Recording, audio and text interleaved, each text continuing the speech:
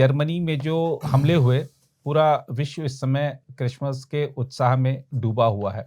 और अब हर साल ये परिपाटी सी दिख रही है कि ऐसे उत्सवों में रंग में भंग डाला जाता है, जो निर्दोष लोग हैं उनको मारा जाता है और ख़ास तौर पर जो इस बार जर्मनी को चुना गया, इससे पूरी दुनिया को क्या संदेश गया है सर?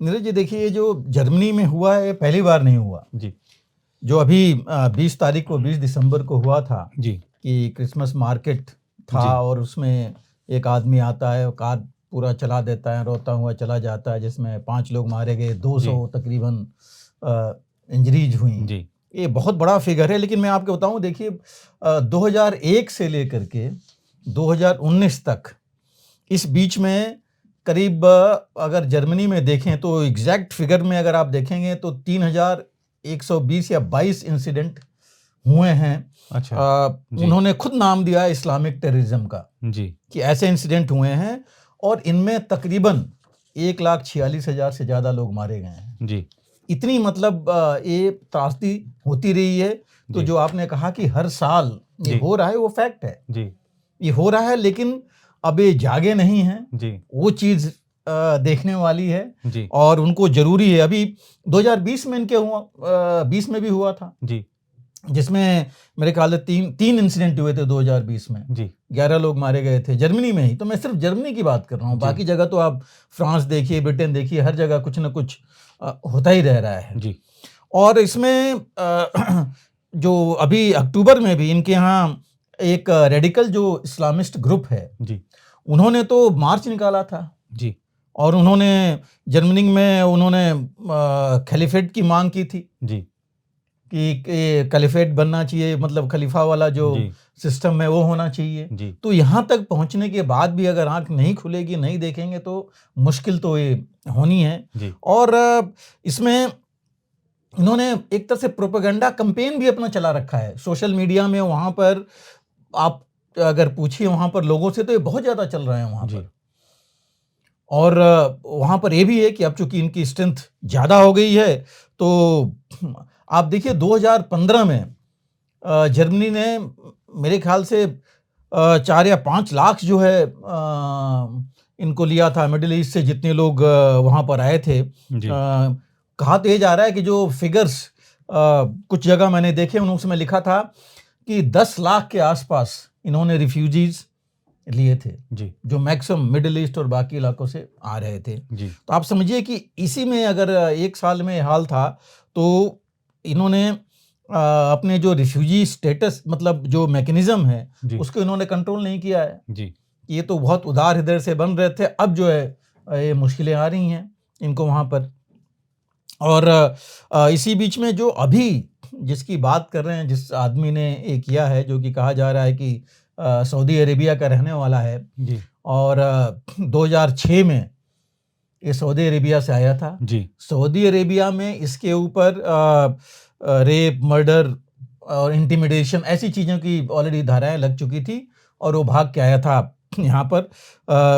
तालिब अब्दुल जावेद नाम है इसका। जी, और ये जब आया सऊदी अरेबिया से, तो 2006 में इसको उन्होंने एसाइलम दे दिया और 2016 में तो इन्होंने नागरिकता भी दे दी वहाँ पर। जी, तो ये 10 साल तक वहाँ रहा है और अभी इंसिडेंट में सोचिए कि इसने अपने पास इसका कुछ नहीं था, जी, BMW कार इसने किराए पर ली जी, और उसको वो ले जा करके उसने वहाँ ये हादसा किया। जी, लेकिन उससे पहले ऐसा नहीं था कि चुपचाप बैठा था। जी, अपने आप को इसने हमेशा बोला कि एंटी इस्लामिस्ट है, जी, लेकिन एंटी इस्लामिस्ट होने के बावजूद ये कहता रहा बाद में कि जो इस्लाम के लोग हैं, हम जो मुस्लिम्स हैं, उनकी अनदेखी हो रही है जर्मनी में। जी, जहाँ की जर्मन्स बिल्कुल अनदेखी कर रहे हैं और रेडिकल्स को आने दे रहे हैं। जी, और ये कई चीज़ें सोशल मीडिया पर पोस्ट करता रहा जी, और तकरीबन 50,000 तो इसके फॉलोअर हो गए थे।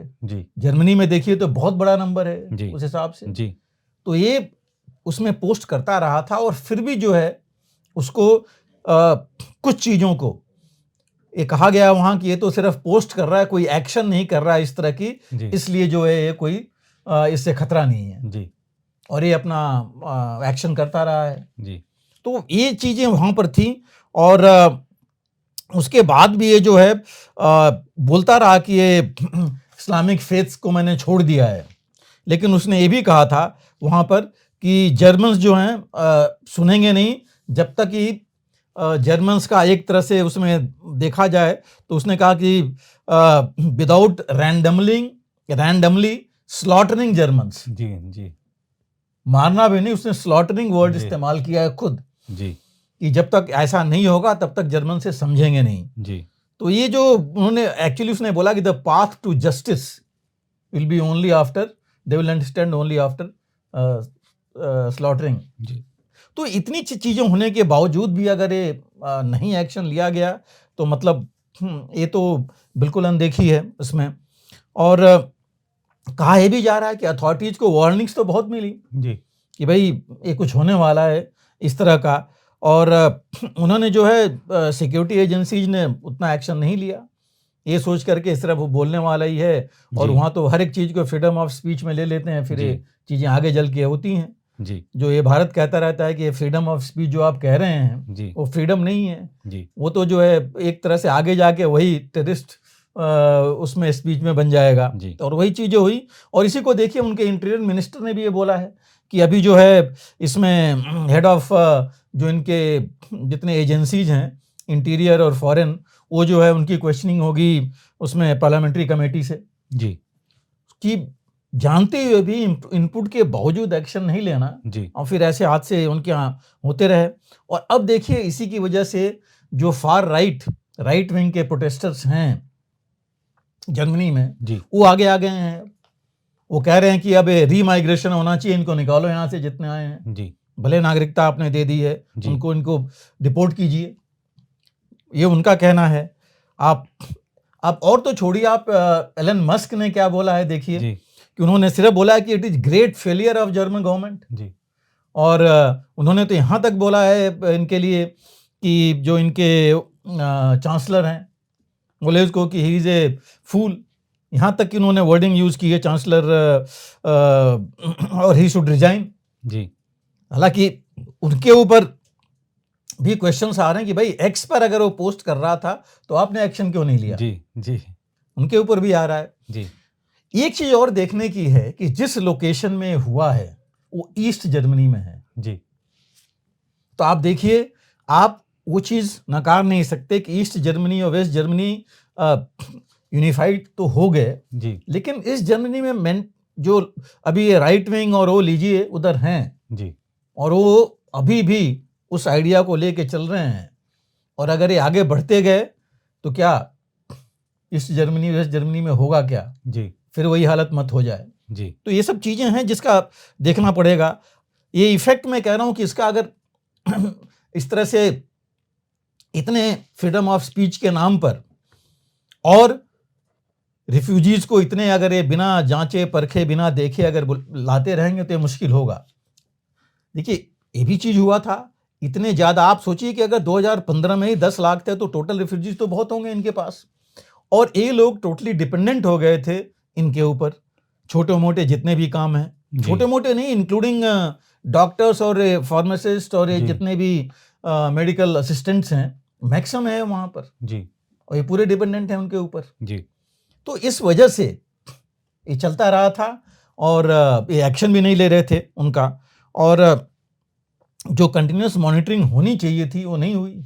अगर मॉनिटरिंग करते रहते कि आदमी ठीक है ये पोस्ट दे रहा है, एक्शन नहीं ले रहा है, बट एक्शन ले तो लिया ना उसने, जी अगर ये मॉनिटर करते, शायद इसको देखते रहते, तो शायद सोशल मीडिया प्लेटफॉर्म्स को कंट्रोल करते तो फर्क नहीं पड़ता। जी और इसी वजह से देखिए ये चीज़ आ रही है कि सोशल मीडिया प्लेटफॉर्म्स को भी कंट्रोल करना बहुत ज़रूरी है, बिल्कुल नहीं होगा फिर ऐसे इंसिडेंट्स होते रहेंगे। और ये भी होना चाहिए कि जो, अब बताइए 50,000 फॉलोअर हैं, कई लोग इससे मिलते रहे थे, जी तो अब कई लोग आके कह रहे हैं कि ये तो बहुत गलत है, बहुत गलत काम करता था, बोलता था, जी तो इसके साथ के जो लोग थे उनको भी ऑब्जर्व करना चाहिए। अकेले तो कर नहीं सकता था, जरूर किसी ने मोटिवेट या कुछ उसको किया होगा। जी और जो पॉलिटिकल और रिलीजियस कन्विक्शन है लोगों के दिमाग में, ऐसे लोगों के जी जो ऐसे पोस्ट करते हैं, ऐसी चीजें देते हैं, बिल्कुल रेडिकल हो गए हैं, उनके ऊपर तो ज्यादा वॉच रखनी चाहिए जी कि कब पता नहीं हो क्या कर लें। तो नहीं होगा तो फिर इसी वजह से होगा। और एक मतलब ये एंटी इस्लामिस्ट था, जी, कहा जा रहा था, इसीलिए इसको चलने दिया इन्होंने जी, कि ये तो इस्लाम के खिलाफ है। खिलाफ है। और जी, अल्टीमेटली क्या हुआ, ये एंटी इस्लामिस्ट एंटी जर्मन्स हो गया, जी, उन्हीं के ऊपर ले आकर चढ़ाया। इसने तो इस्लाम वालों के ऊपर तो कुछ किया ही नहीं है, जी, तो इसने किया है। और इसने पहले अथॉरिटीज को क्रिटिसाइज किया था। इसने ये बोला था कि रेडिकल इस्लामिस्ट के ऊपर वो कोई जो है एक्शन नहीं ले रहे हैं, एंड इसने ये सोचा कि ये हमको टारगेट कर रहे हैं, उनको नहीं कर रहे हैं। जी, तो अगर ये लोग उसको मॉनिटर करते, उससे या तो उसको ले आते, उसको रेडिकलाइज करते, तो शायद नहीं होता जी, या इस तरह के हादसे। लेकिन जैसे मैंने कहा कि ये पहली बार नहीं हुआ है इनके यहाँ। आप डेटा देख लीजिए कितनी बार हो चुका है। और इफेक्ट्स में इसका मुझे यही लग रहा है, देखिए कि अगर रेडिकलाइजेशन इस तरह बढ़ा जर्मनी में, जैसे वो जर्मनी फॉर जर्मन्स करेंगे और आइडियोलॉजी एक बढ़ेगी, मैं नहीं कहता कि नाजी आइडियोलॉजी आ जाएगी, बट कोई ना कोई आइडियोलॉजी इस तरह अगर आएगी, और ईस्ट जर्मनी वेस्ट जर्मनी का जो है मैं कह रहा था, अगर आइडियोलॉजिकल लेवल पर अंदर ही डिवाइड हो गए तो आगे चल के लिए ये मुश्किल होगा। और जी। इलेक्शंस देखिए उनके यहाँ होने वाले हैं, जी, फरवरी में इलेक्शंस होने हैं। तो अगर ये आइडियोलॉजिकल डिवाइड इस तरह रही तो उन्हीं के लिए मुश्किल होगा, अगर स्टेबलाइजेशन नहीं रहा तो। जी, और अगर जर्मनी में इस तरह हुआ, देखिए यूरोपियन यूनियन में दो ही मेजर प्लेयर्स आज की हालात में हैं, फ्रांस और जर्मनी। जी, ब्रिटेन तो, इंग्लैंड तो बाहर हो गया है। तो अगर ये दोनों हैं और यहाँ पर फ्रांस में भी रेडिकलिज्म आगे बढ़ रहा है, जी, और यहाँ पर अगर यही हुआ तो आप समझ लीजिए कि अगर यहाँ ईस्ट जर्मनी वेस्ट जर्मनी की बात शुरू हो गई तो फिर यूरोप का क्या हाल होगा। जी, तो ये चीज आगे भी जाएगी। और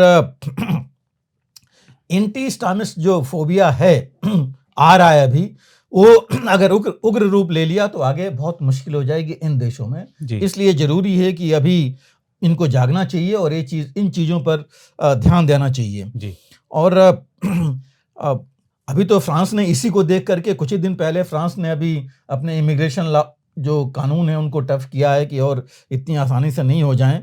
बट इस पर ये ध्यान देना बहुत ज़रूरी है, और इस तरह नहीं होगा तो जैसे मैंने कहा आगे की सिचुएशन वही होगी जो कि बाकी कुछ देशों में हो रही है। और अगर फंडामेंटलिस्ट आ गए जी, तो आप समझ लीजिए कि क्या हालत वहाँ पर होगी। जी, बिल्कुल। अगर आप भी लेना चाहते हैं देश दुनिया की तमाम जानकारी तो आज ही सब्सक्राइब करें हमारे चैनल को। साथ ही नीचे दिए बेल आइकन को जरूर दबाएं ताकि हर अपडेट आप तक पहुंच सके।